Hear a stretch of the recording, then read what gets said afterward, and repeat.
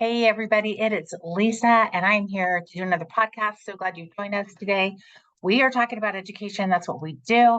And we'd love to get your thoughts about what we're talking about. So if you have questions about education or homeschooling, let us know what they are, and we will address those concerns. If I don't know the answer, I'll find somebody who does, and I'm really great at researching. So let me know what you guys are thinking of as you homeschool and really consider the educational landscape. I get questions on the regular. And if you homeschool for 2 minutes, you might have experienced this yourself. My kid is bored. My kid doesn't want to do the work in front of them.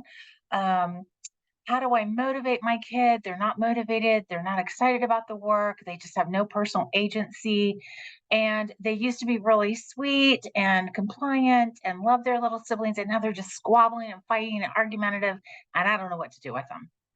Well, this is a common problem, not only in homeschooling, but in parenting in general. Can I get a witness? We homeschooled for 30 years, our 5 kids, and I think we've seen it all. The super motivated, the not so motivated, the motivated about anything but what's in front of them. And so motivation was always something that I was constantly thinking about and triaging in my own home. We had a lot going on. I worked for a third of the time that I homeschooled. We lived on an acreage that we basically rebuilt, and we had a house fire, we had animals, we had pets, and we had kids. So there was always a lot going on, and figuring out how to motivate those people who were not naturally motivated or not naturally motivated about anything I suggested was a priority. So, how do we get things done? And that's what I want to talk to you about today. So, if you've ever had an unmotivated student, I would love to hear in the comments what you've done to work with them and how you've gotten them to show up, just show up for homeschool or chores or whatever. I have three great tips for you today about how to really cultivate peak performance in your homeschool kid. And that might seem like a funny thing to even state about homeschooling, like, let's talk peak performance, right? Like, we don't use those terms in homeschooling. We talk about giving our kids freedom. And look, I've talked about that for years. Give our kids all the freedom, let them roam wild and free, be outside, delight directed, all those things. So I'm totally on board with that. I'm totally camped there. But we all know, if we're an adult with any kind of success in our life, that sometimes you have to perform. And you have to perform even if you don't want to, or you don't feel confident, or you didn't get enough sleep, or the stars didn't align. You still have to show up and do what's expected of you. So that's what I'm talking about. Even with all this freedom and delight directed outside nature things that we have the beauty and time to do as homeschoolers, sometimes we just need to get our kids to get kicked into high gear and do the thing, right? That's what I'm talking about. How to really activate academic performance in your kids. And this isn't just for academics. This has to do with behavior. This has to do with chores. You can use these tips for anything when you're dealing with humans. Okay. So the first thing is you need to have clear and specific expectations. Now, I know as homeschoolers, especially if we're working or we're doing the homesteading thing or all the things, sometimes it's easy not to have really clear and specific expectations for our kids, or they're clear and specific in our heads, but our kids have no clue what those expectations are. And so I know for a long time, I picked all the curriculum for my kids, right? I did the research, I chose it, I presented it to them, I divvied it out, I did the pacing, all that kind of stuff. They weren't really involved in that. And that's really appropriate, especially as your kids are younger. But as they get older, if you don't clue them into what the clear and specific expectations are, they probably don't know. Now, we homeschooled our 5 kids all the way through. So we started homeschooling in 1991. And so my kids didn't have that framework of what was expected in a school year, or they didn't even have terminology for school. They had kids that went to college and they're like, so what's a freshman or a sophomore? They just didn't even have that um, those academic terms in their head.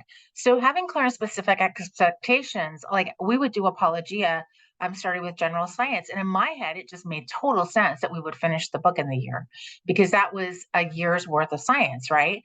But for my kids, like, I didn't tell them that, and they didn't have a framework for it, so they didn't know what the expectation was. And so, as you get to the end of the school year, you feel like your time is running out, or you want to finish this thing so you can move on to the next thing. You might have this whole attitude of hurrying your kids along, or just trying to like motivate them to keep on task and finish so your time frame is fulfilled, but they might not have any clue what that time frame is.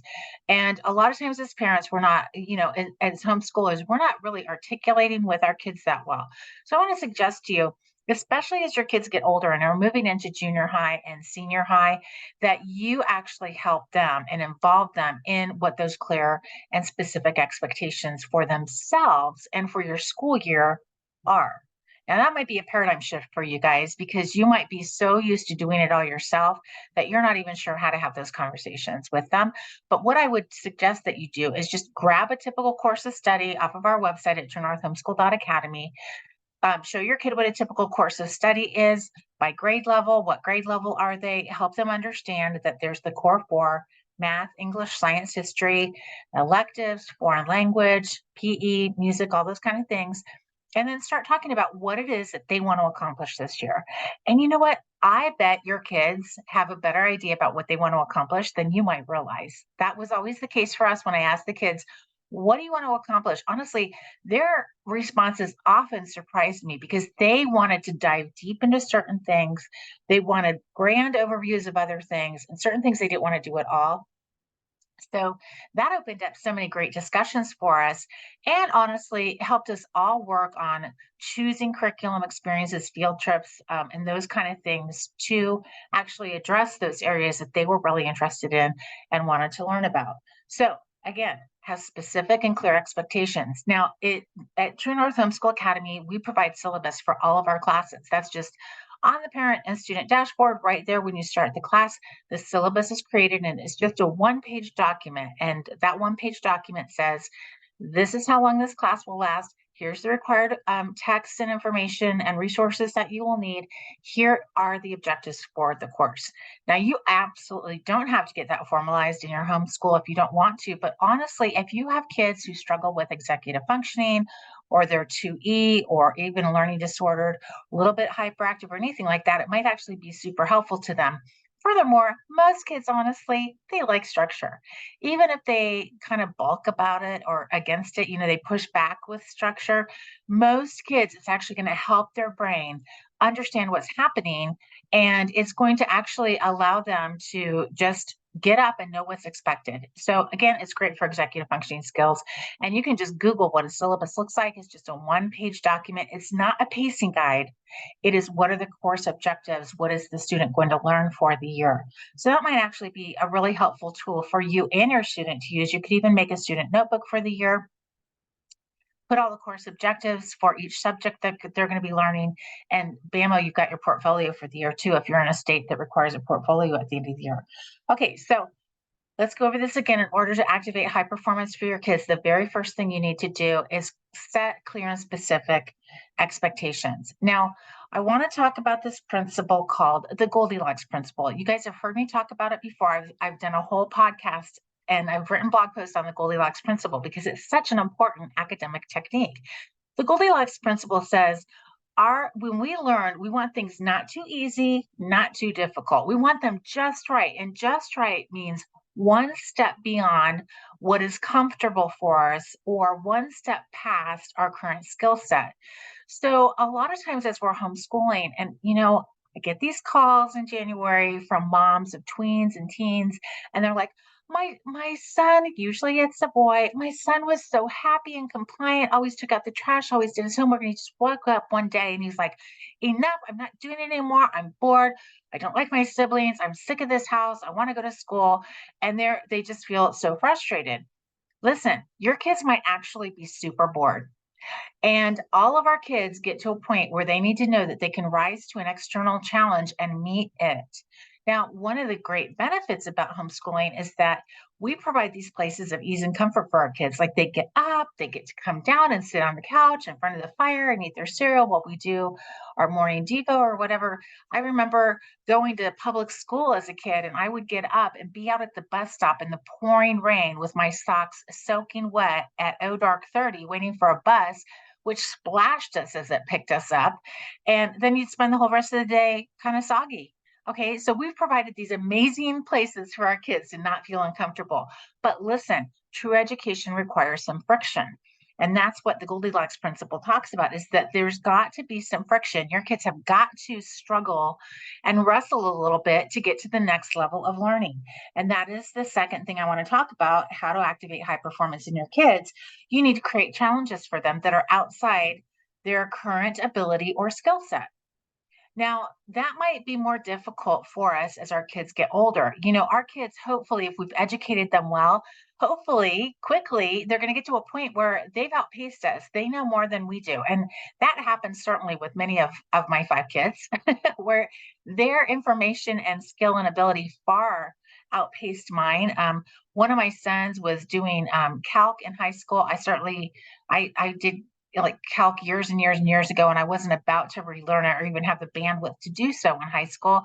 I have a couple kids who are just history aficionados. You can just name a date and they can tell you people, places, geography, events, and it's phenomenal, way beyond what I know as far as history goes, etc. So, hopefully our kids are going to stand on our shoulders and outpace us. And that's really, in my opinion, one of the goals of homeschooling is that you can give your kids these amazing opportunities where they can go farther faster than other educational opportunities provide for them. But in order to do that, you have got to create challenge and friction for them.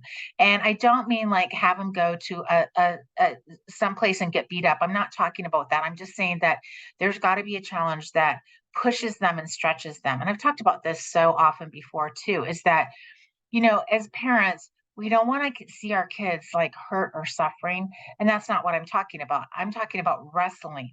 When we make things too easy for our kids, and we just provide entertainment and ease for our kids get lazy. Let's be honest. We do too.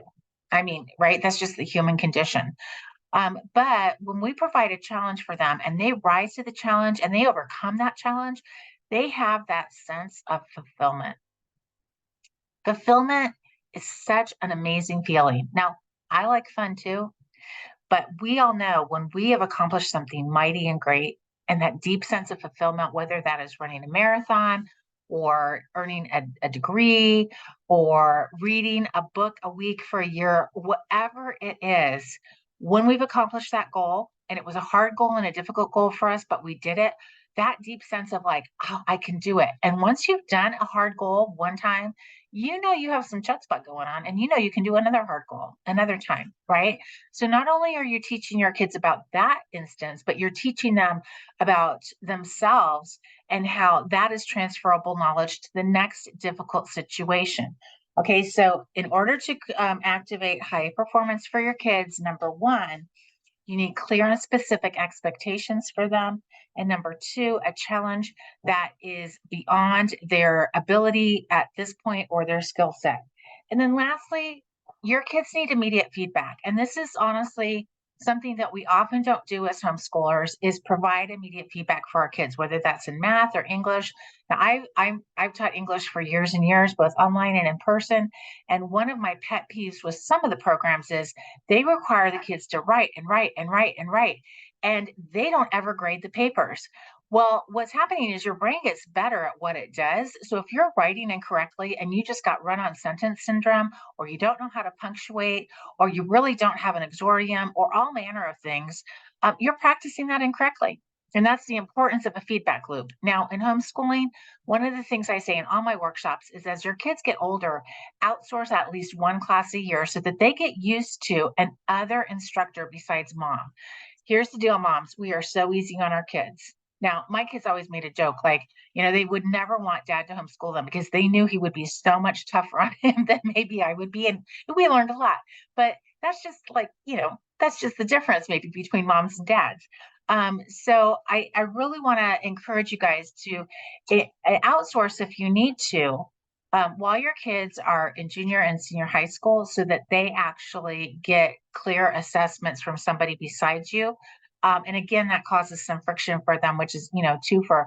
But the other thing too is you want to outsource to somebody who's going to give good feedback and quickly. And that's one of the things we do at True North Homeschool Academy too. That's baked into our program, that we do have assignments and they're graded so that the kids can see what they've done and respond to that critique.